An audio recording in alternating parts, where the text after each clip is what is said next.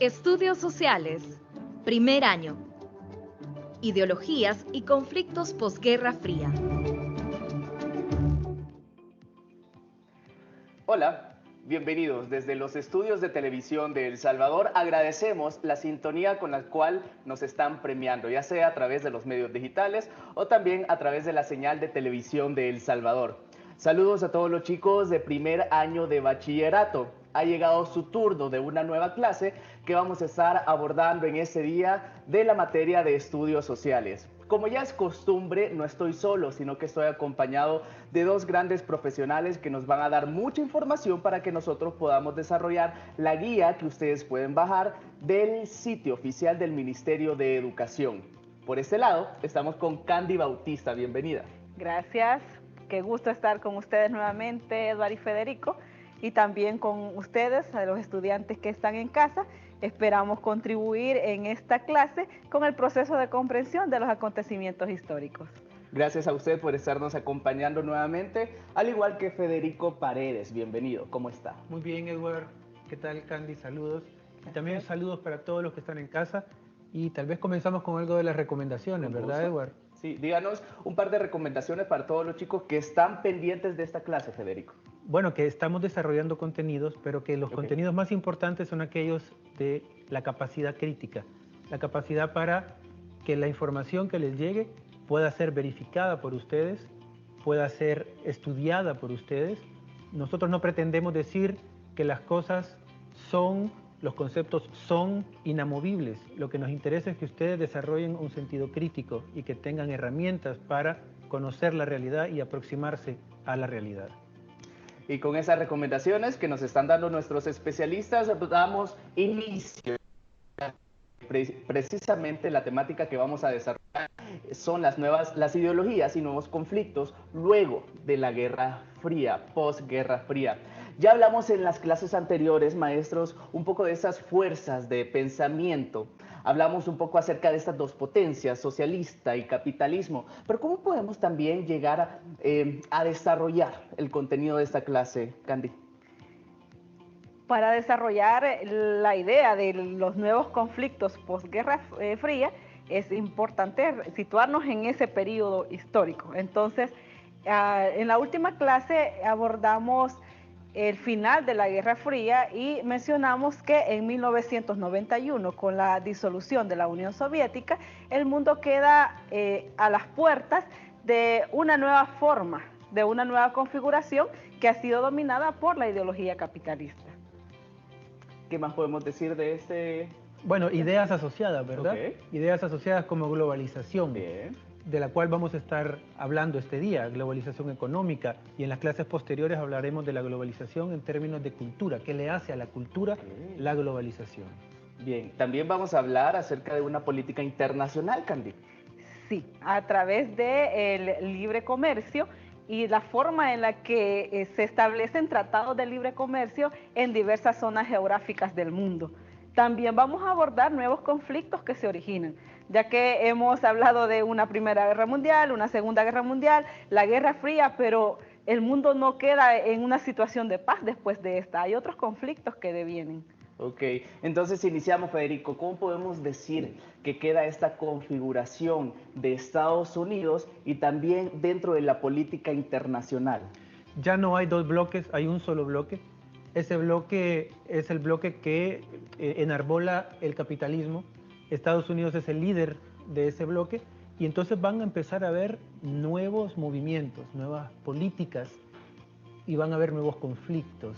Conflictos que ya no van a poder ser estudiados a partir de decir que tiene el capitalismo un rival que es el socialismo. Entonces, el mundo bipolar que existía durante la Guerra Fría termina de ser bipolar y se convierte en un mundo unipolar y que también le va a dar paso con la globalización a muchas otras voces, pero casi todas esas voces van a estar hablando y posicionándose desde esta nueva situación mundial en donde ya no están estos dos bloques.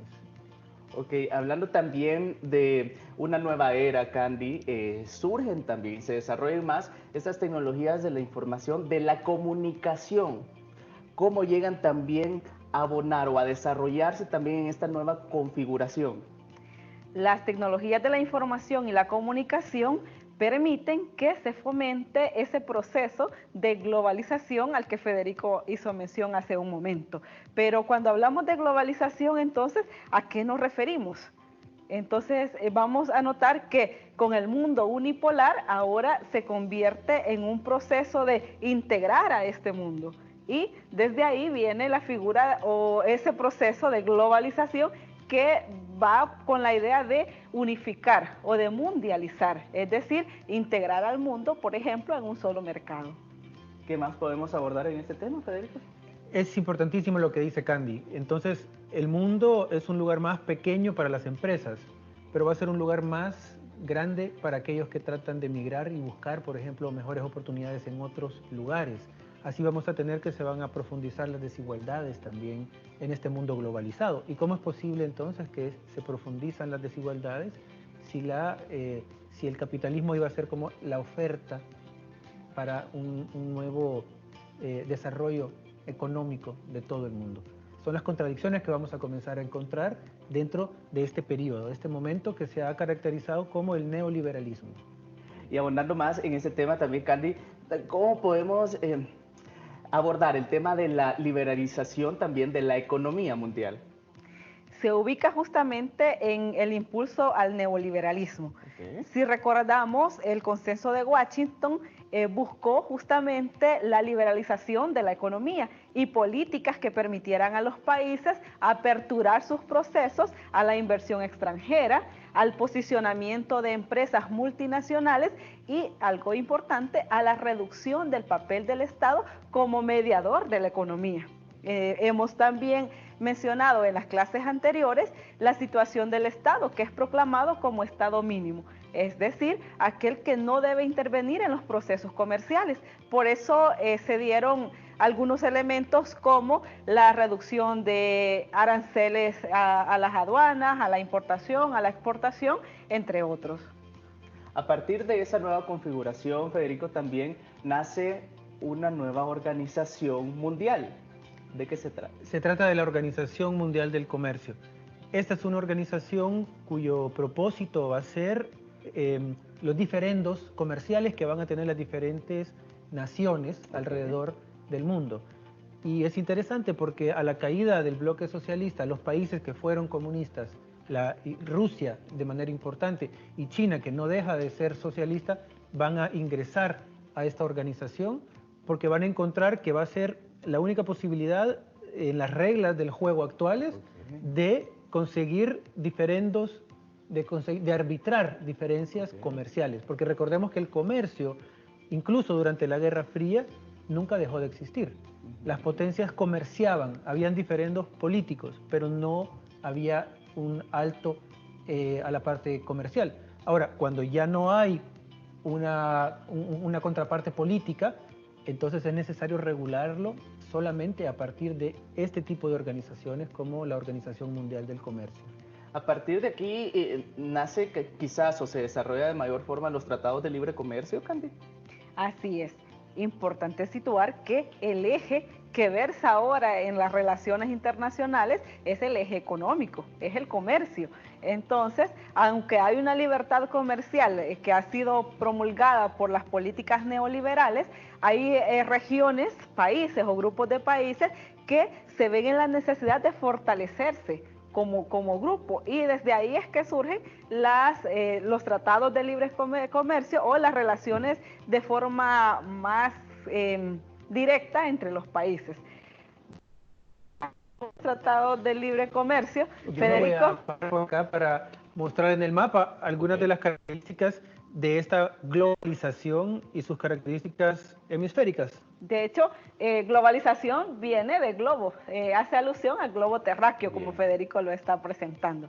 Bueno, algunos de los tratados de libre comercio en América, que por ejemplo tenemos el Mercosur, que fue firmado en 1991, si notamos, al cierre de la Guerra Fría. ¿Quiénes firmaron? El Mercosur, justamente en el cono sur, ¿verdad? En el cono sur de América. ¿Quiénes firmaron este Tratado de Libre Comercio? Pues en primer lugar lo firmó Brasil, Argentina, Uruguay y Paraguay. Por acá tenemos a Paraguay, ¿verdad? es. Conocemos la posición de Brasil, Argentina. Ujú, Entonces, como Federico ubicaba Cono Sur, América del Sur, ujú. pero en América tenemos otros tratados de libre comercio y uno de los que es bastante mencionado es el NAFTA. El NAFTA es el Tratado de Libre Comercio de América del Norte Ujú. y es NAFTA por sus siglas en inglés. Este se firmó en 1994 y en un primer momento fue firmado por Estados Unidos, Canadá y posteriormente fue anexado México. Y es interesante, Candy, porque México no se consideraba parte de Norteamérica hasta ese momento. Así es. México se soñaba como, como el punto de encuentro de América Latina con las potencias del norte, y incluso se imaginaba, fíjense, el logo de la Universidad Nacional Autónoma de México, de la UNAM, es precisamente el mapa de América desde México hasta el sur. Eso cambió en el pensamiento, Ok. México convirtiéndose a Norteamérica de esta manera, ¿no? Es En muy una integración interesante, económica. así es. Y notamos el polo norte y el polo sur, pero ¿qué pasó con la parte central, Céntrica, con ¿qué pasó aquí? Centroamérica? Pues en Centroamérica lo que pasa es que Estados Unidos se reserva un tratado de libre comercio directamente con Centroamérica, pero lo interesante es que estos sectores, Centroamérica, Sudamérica, no están teniendo tratados de libre comercio entre ellos. Entre- Aquí lo que podemos ver entonces es que los intereses comerciales de las empresas de Estados Unidos van a continuar promoviendo esa liberalización de mercados para poder hacer negocios en las diferentes economías de América Latina. Así es. Y ahí, pues 10 años después del NAFTA, se firma el CAFTA, que ya es el Tratado de Libre Comercio entre Estados Unidos y Centroamérica, como Federico lo menciona, y República Dominicana. Y aquí hay mucho que comentar, ¿verdad? Como la desigualdad que se da en esa relación comercial también, porque si nosotros revisamos nuestros indicadores económicos, vemos que Estados Unidos es un socio comercial fuerte para El Salvador. Sin Total. embargo, la cantidad de lo que nosotros exportamos es muy que desigual a la cantidad de mercadería que importa Estados Unidos a El Salvador. Para decir una proporción que la escuché hace muy poco, por cada dólar que nosotros exportamos, importamos 2. El doble. $2 por cada dólar. Bueno, interesante la información que nos han brindado y las reflexiones también para que los estudiantes en casa puedan llegar a desarrollarla y a buscar mayor información también de todo lo que estaba sucediendo en la parte de América Latina. También me gustaría que ya que nos centramos en nuestra área, hablemos un poco acerca de la democratización de América Latina y también un poco de la creación de la Unión Europea, Federico. ¿Sí? Correcto. Bueno, ¿qué está pasando en América Latina? En este momento, Chile, por ejemplo, cae Augusto Pinochet, la dictadura de Augusto Pinochet, una larga dictadura en Chile. Se empiezan a dar muestras de democratización. Guatemala, por ejemplo, firma los acuerdos de paz. En El Salvador hemos firmado los acuerdos de paz en el año 92. Entonces van habiendo señales de apertura política también, democrática en ese sentido. Ujú. ¿Qué más podemos abonar, Candy? Bueno, como Federico mencionó la parte de América Latina, quizás voy a responder la segunda parte de su pregunta, Álvaro, y Bien. es sobre en Europa, ¿qué pasa? Vamos a ver. Pues en Europa se nace o se crea la Unión Europea y también se firma un tratado de libertad comercial en Europa. Federico nos va a mostrar en este momento en el mapa dónde se ubica.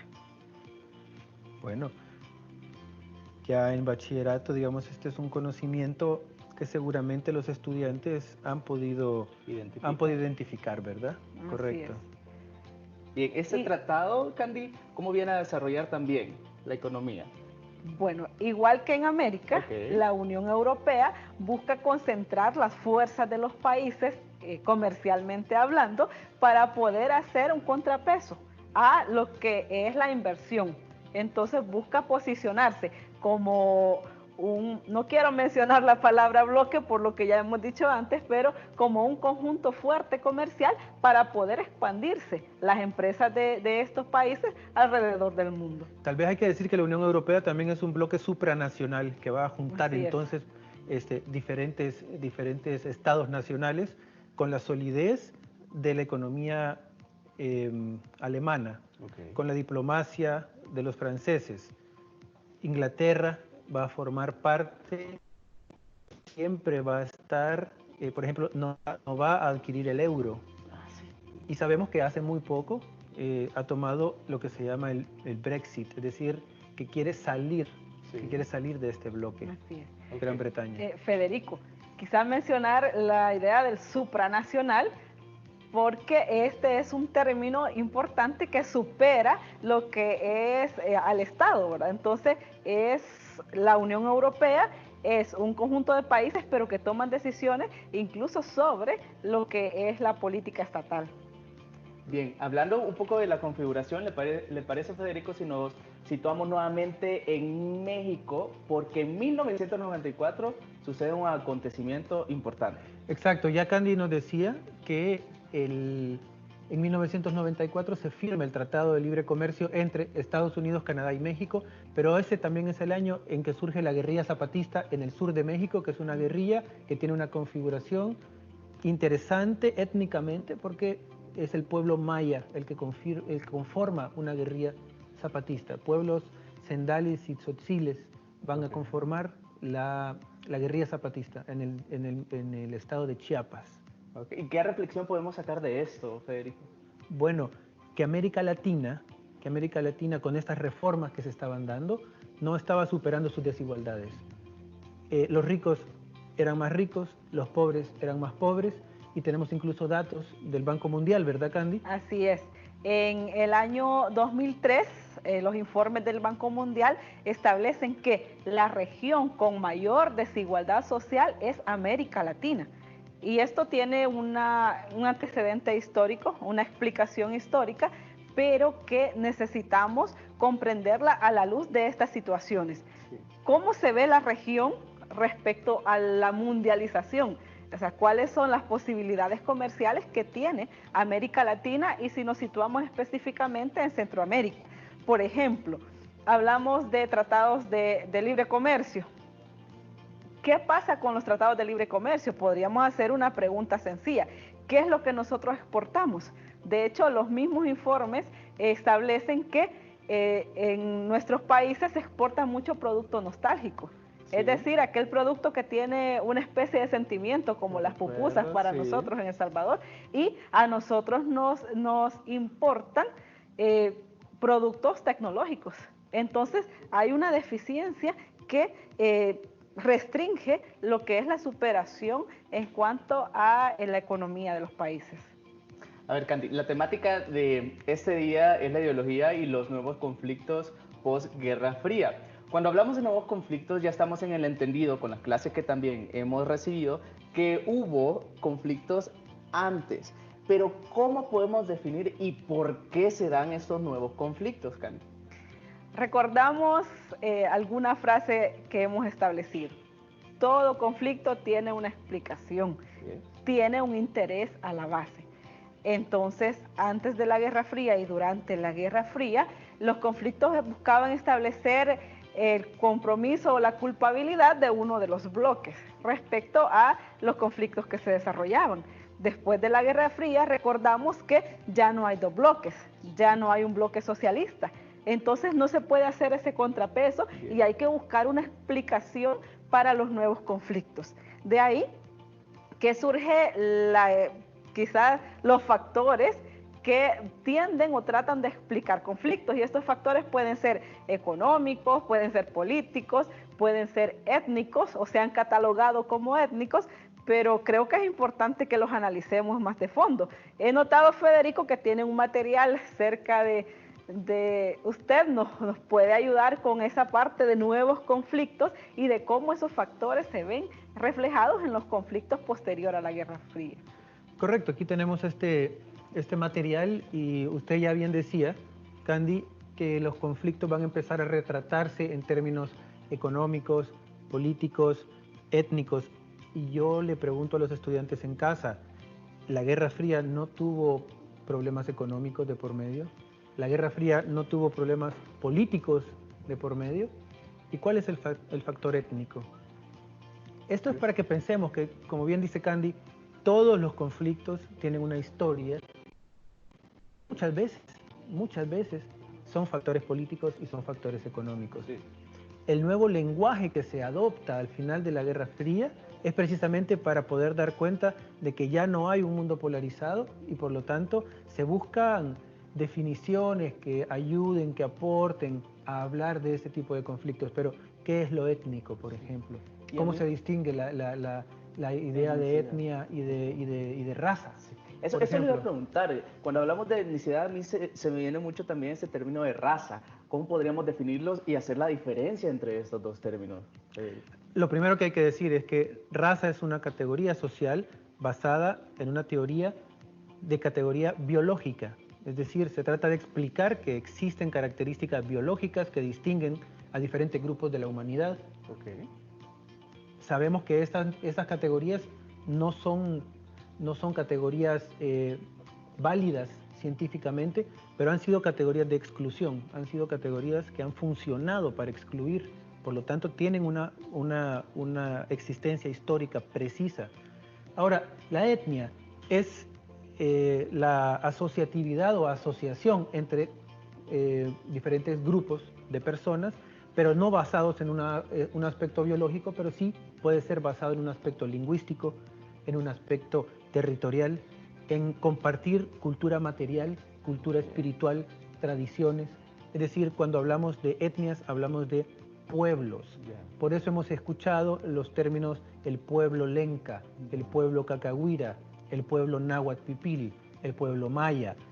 Estas son categorías étnicas precisamente que distinguen entonces una diversidad, pero también una unidad que no está basada nada más en términos, como decíamos, de raza o de otro tipo, sino que de una producción histórica, de un proceso histórico en donde los pueblos justamente han desarrollado rasgos culturales, rasgos económicos, rasgos sociales, políticos.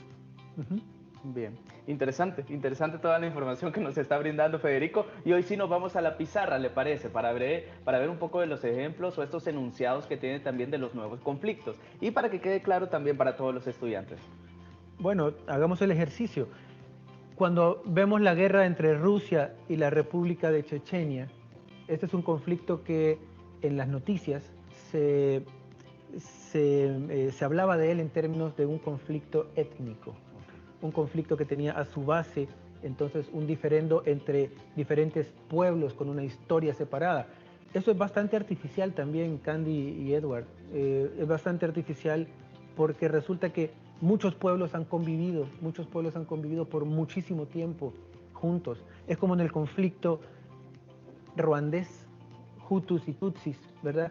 Que han convivido por tantísimo tiempo, unos siendo pastores, otros siendo agricultores, pero lo que está a la base es un conflicto de carácter colonialista primero. Ruanda era una colonia belga. Los belgas apoyan a un grupo minoritario que son los Tutsis para que hagan gobierno en contra de los Hutus. Y cuando los Tutsis comienzan a buscar la independencia, entonces las potencias coloniales invierten sus apoyos y le meten gasolina, por así decirlo, a un conflicto entre grupos en donde esto se ha pensado. ¿Qué es el genocidio? Aquí tenemos este otro concepto, el genocidio, ¿verdad? El genocidio está explicado muchas veces en el derecho internacional como aquella búsqueda para la desaparición de un grupo étnico o por una condición de religión, es decir, no está basado en una desaparición por razones puramente económicas, vamos a decir. Es de analizar entonces este tipo de factores, pero a la base de estos estaba la desintegración de una república o los intereses económicos de potencias capitalistas y de potencias imperialistas que estaban buscando una desestabilización en la región. Algo parecido pasa en el conflicto entre Irak y Kuwait, ¿verdad? Así es, en la guerra del Golfo. Estaba escuchando Federico y algo que quiero rescatar es cuando dice el interés capitalista está ahí a la base y tiene factores económicos, políticos y étnicos en algún momento incluso para poder justificar las acciones bélicas.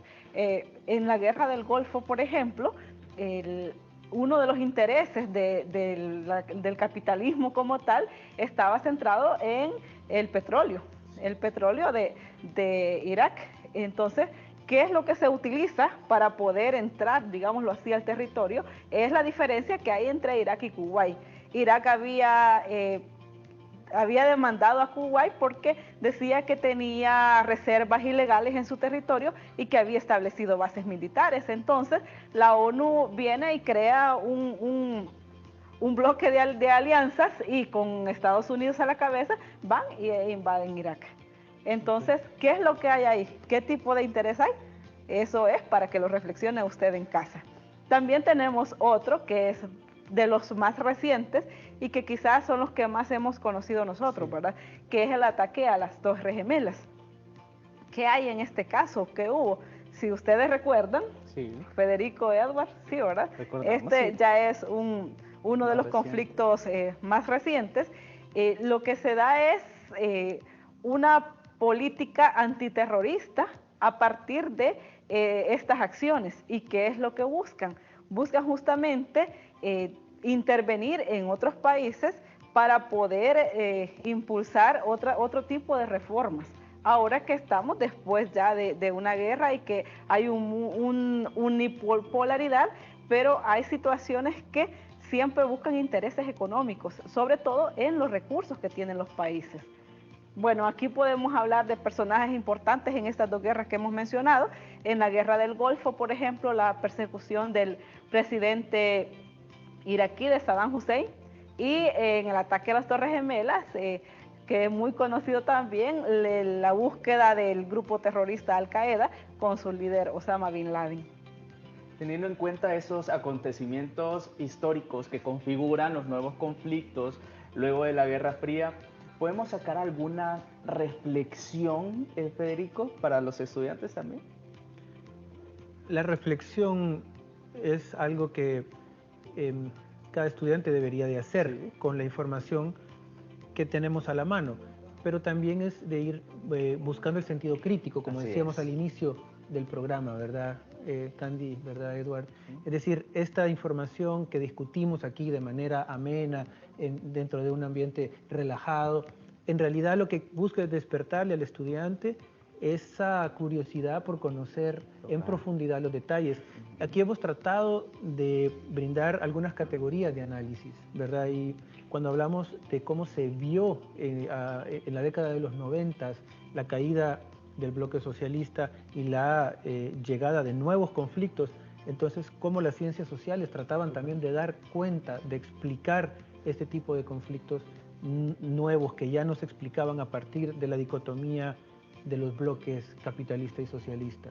Esas son algunas de las cosas que yo creo que podemos mencionar y que los estudiantes deben de tener bastante claro, porque vamos a seguir hablando de globalización, vamos a seguir hablando de neoliberalismo en los programas que vienen. Okay.